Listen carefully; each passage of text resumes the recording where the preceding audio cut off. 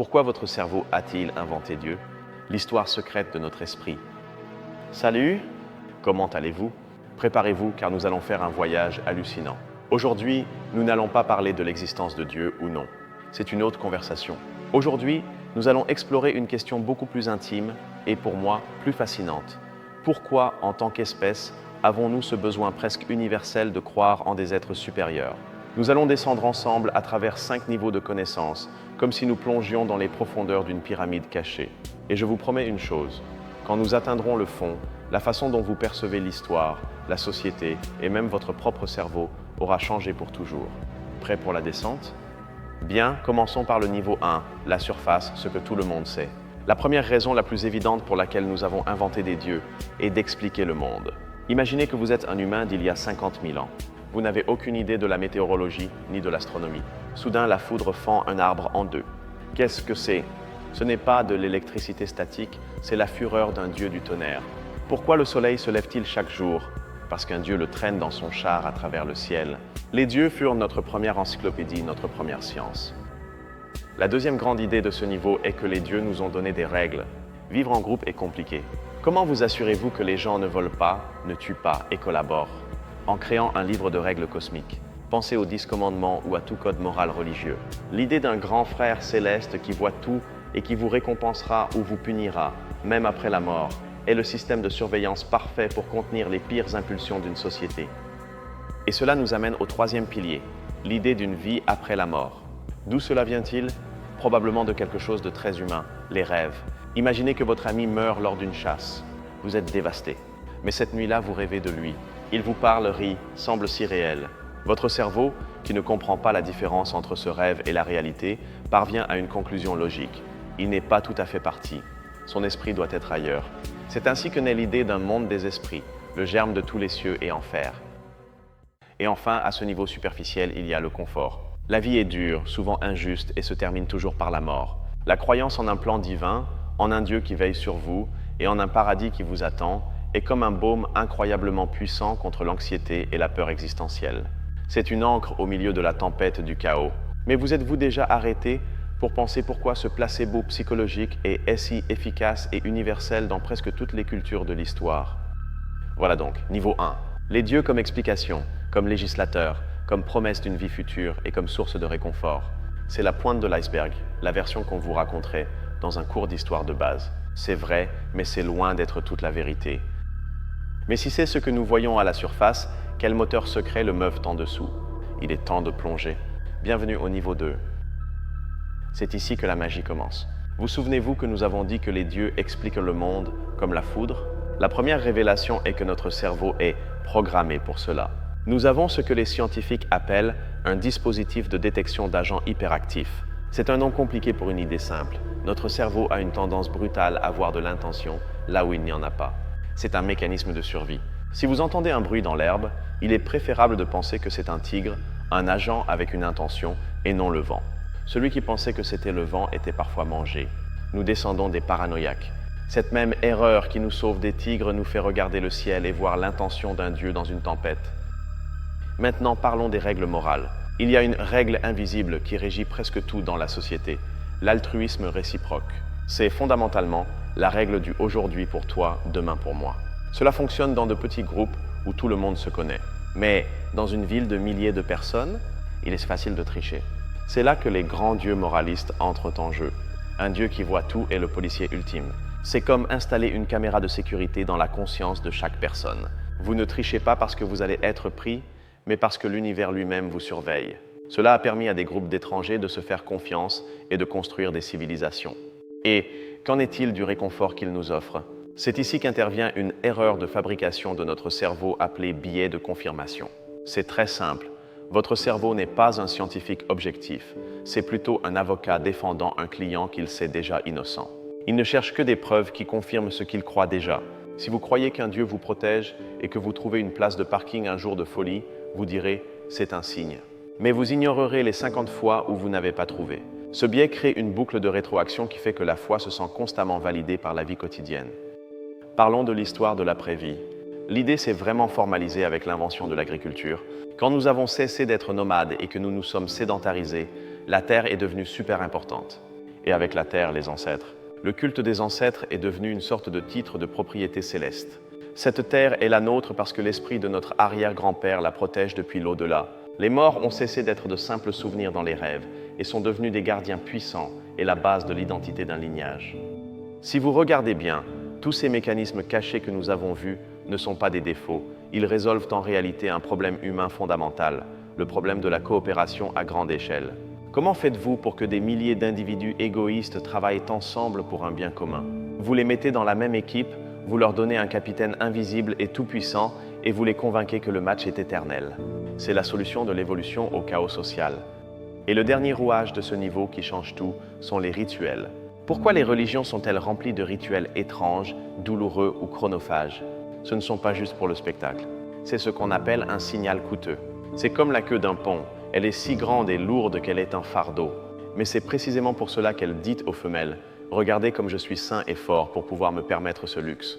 Un rituel douloureux ou un jeûne prolongé dit au groupe « Regardez à quel point je suis engagé, je suis capable de payer ce prix.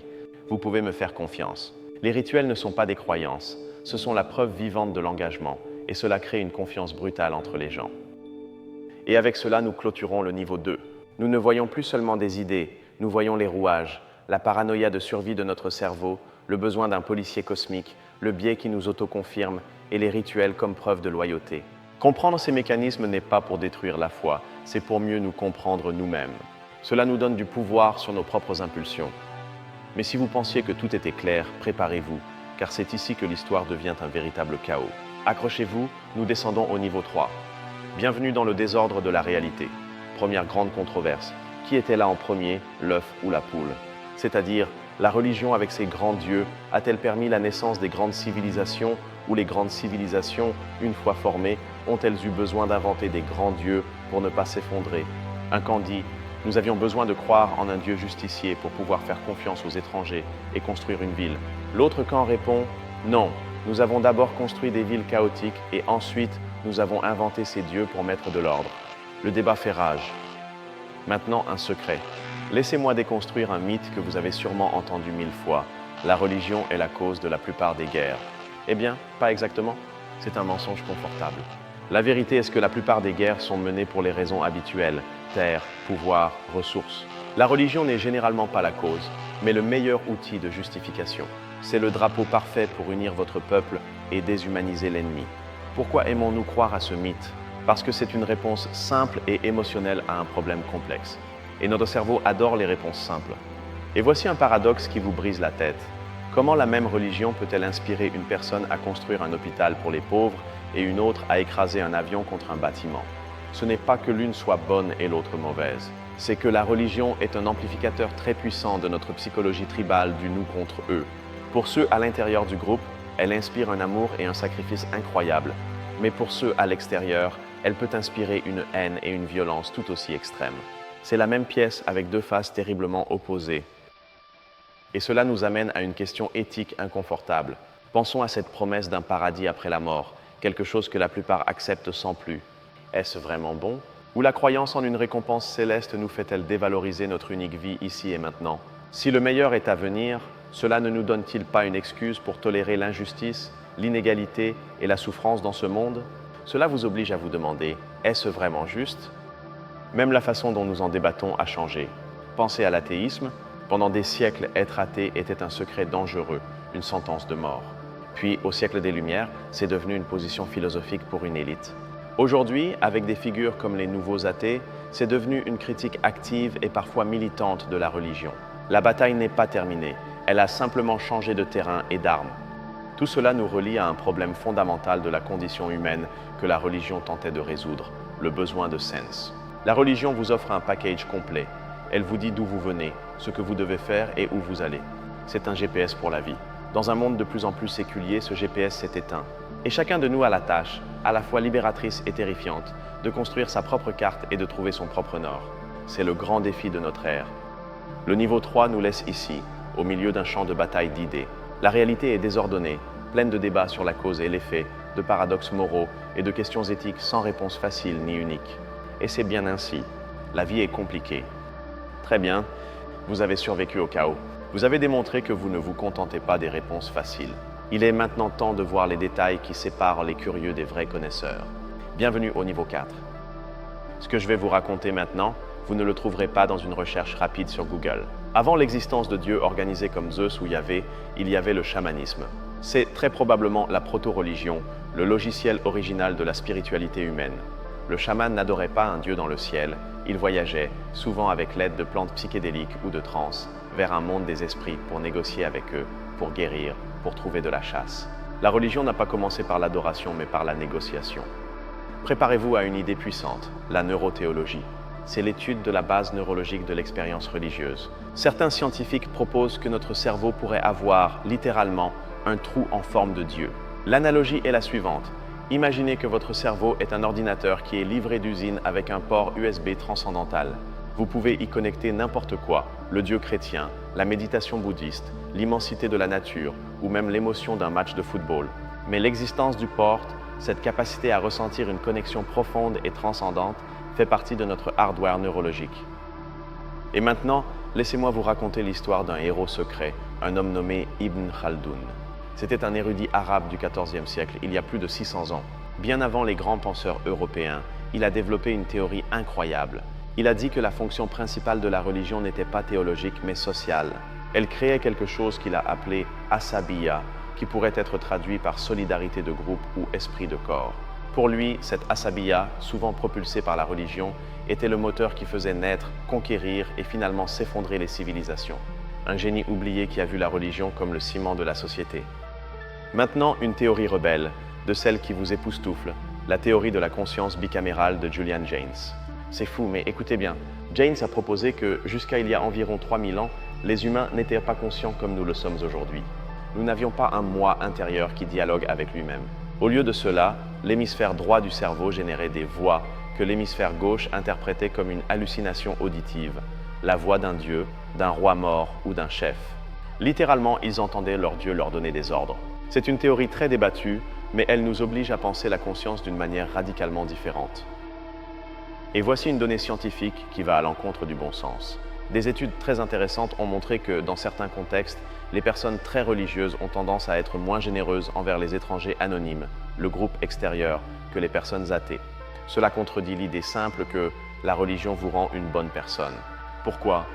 Parce que, comme nous l'avons vu précédemment, la moralité religieuse peut renforcer considérablement les liens avec votre propre groupe, mais parfois au prix de tracer une ligne plus épaisse avec ceux qui n'en font pas partie. La moralité n'est pas un interrupteur on-off, c'est un cadran avec de nombreuses nuances. Et maintenant, le moment Eureka. Nous allons tout connecter. Vous souvenez-vous des rituels coûteux dont nous avons parlé, ceux qui servaient à prouver la loyauté envers le groupe? Eh bien, la neuroscience a découvert quelque chose de fascinant. Ces rituels intenses, dansés toute la nuit, chantés, jeûnés, provoquent une libération massive de neurochimiques comme les endorphines et la dopamine dans le cerveau. Et que font ces produits chimiques? Ils génèrent des sentiments d'euphorie, de connexion et de transcendance. En d'autres termes, le rituel social active le port USB transcendantal neurologique dont nous avons parlé auparavant. Le mécanisme social et le mécanisme cérébral sont deux faces de la même pièce. Ensemble, ils rendent l'expérience du divin incroyablement réelle. Boum! Clôturant le niveau 4. Comme vous le voyez, ces détails ne sont pas seulement pour les geeks. Comprendre le chamanisme comme origine, la neurothéologie, les penseurs oubliés et la connexion réelle entre un rituel et la chimie de votre cerveau nous donne une vision du monde beaucoup plus riche, authentique et profonde. Nous avons atteint la limite de ce qui est connu. Nous sommes au bord de la carte, là où il est écrit « Ici, il y a des dragons ». Oserez-vous regarder au-delà, vers la dernière frontière? Bienvenue au niveau 5. Première étape à la frontière de l'inconnu. Quel est l'avenir de la croyance? Une possibilité fascinante et terrifiante est celle des dieux IA. Nous pourrions créer une intelligence artificielle si avancée que ces processus de pensée nous seraient incompréhensibles, comme les nôtres le seraient pour une fourmi. Une IA qui gérerait la société, résoudrait le changement climatique et nous guiderait. Ne commencerions-nous pas à la vénérer? À la consulter comme un oracle? Nous pourrions être au seuil de créer, pour la première fois, une religion technologique. Et cela nous amène à la question la plus profonde de toutes, une pour laquelle personne, ni la science ni la philosophie, n'a de réponse. Qu'est-ce que la conscience? Tout cela, notre science, notre art, nos dieux, est un produit de l'esprit conscient. Mais nous n'avons pas la moindre idée de ce que c'est, pourquoi elle existe, ou si c'est quelque chose de plus qu'un simple épiphénomène de neurones qui s'activent. Notre besoin de croire est-il une caractéristique fondamentale de la conscience elle-même, cherchant à se comprendre? C'est le mystère ultime. Maintenant, une idée philosophique qui va vous laisser réfléchir pendant une semaine. Et si Dieu n'était pas un être, mais un processus? Et si Dieu était simplement le nom que nous avons donné à la tendance indéniable de l'univers à s'auto-organiser en structures de plus en plus complexes, des particules subatomiques aux étoiles, à la vie, à la conscience et à la civilisation? Peut-être n'avons-nous pas été créés par un Dieu. Peut-être sommes-nous l'univers prenant conscience de lui-même et le mot Dieu est notre tentative maladroite de nommer ce processus créatif étonnant dont nous faisons partie. Et c'est la clé de notre avenir en tant qu'espèce. Comprendre le moteur de la croyance est une question de survie. Les mêmes mécanismes psychologiques qui nous ont permis de construire des civilisations, la loyauté envers le groupe, les valeurs sacrées, le nous contre eux, sont ceux qui alimentent aujourd'hui nos pires crises, le nationalisme extrême, le fanatisme politique, le déni du changement climatique. Si nous pouvions apprendre à hacker notre propre esprit et à diriger cet incroyable besoin de croire vers des objectifs partagés et universels, comme la survie de la planète, nous pourrions débloquer un niveau de coopération mondiale qui semble aujourd'hui impossible. Et voici la dernière idée, la plus provocatrice. Nous nous sommes toujours demandé si nous avions inventé Dieu. Mais, et si la question était inversée? Et si l'idée de Dieu nous avait inventé nous? Pensez-y comme un mème, un virus de l'esprit, apparu à l'aube de l'humanité. Cette idée, celle d'un être supérieur, était si puissante pour unir des groupes et assurer la survie qu'elle a commencé à se répliquer et à muter. Et dans le processus, la sélection naturelle a favorisé les cerveaux et les sociétés qui étaient de meilleurs hôtes pour cette idée. Dans un certain sens, peut-être ne sommes-nous pas les créateurs de Dieu. Peut-être sommes-nous le véhicule que l'idée de Dieu a construit pour elle-même pour voyager à travers le temps. Ouf! Respirez profondément. Le voyage à travers les 5 niveaux est terminé. Nous sommes passés de la surface à l'abîme le plus profond de la spéculation. Maintenant, avec cette nouvelle perspective vertigineuse, il est temps de contempler le tableau complet. Vous souvenez-vous comment nous avons commencé? Avec cette idée si simple et familière que nous avons inventé les dieux pour expliquer le tonnerre. C'était une réponse simple pour un monde terrifiant. Et regardez où nous avons abouti. En contemplant la possibilité que nous ne soyons pas les inventeurs, mais l'invention, que l'idée de Dieu soit un processus évolutif qui a façonné notre biologie et que notre avenir en tant qu'espèce dépend de si nous apprenons à diriger cet ancien et puissant moteur de la croyance. Nous sommes passés d'une réponse enfantine à une question qui redéfinit ce que signifie être humain. Ça, mon ami, a été notre voyage. Et maintenant, je vous le demande directement. De tout ce voyage à travers les 5 niveaux, quelle a été l'idée qui vous a le plus frappé? Celle qui a fait chavirer votre cerveau? Je tiens à vous remercier sincèrement de m'avoir accordé votre temps et votre attention pour cette descente. C'est le plus grand cadeau que vous puissiez faire. S'il vous plaît, partagez cette idée qui vous a marqué dans les commentaires. J'ai hâte de vous lire. Et si vous aimez ces voyages profonds qui vous font réfléchir pendant des jours, vous savez quoi faire. Abonnez-vous, car nous avons bien d'autres mystères à explorer ensemble. À la prochaine.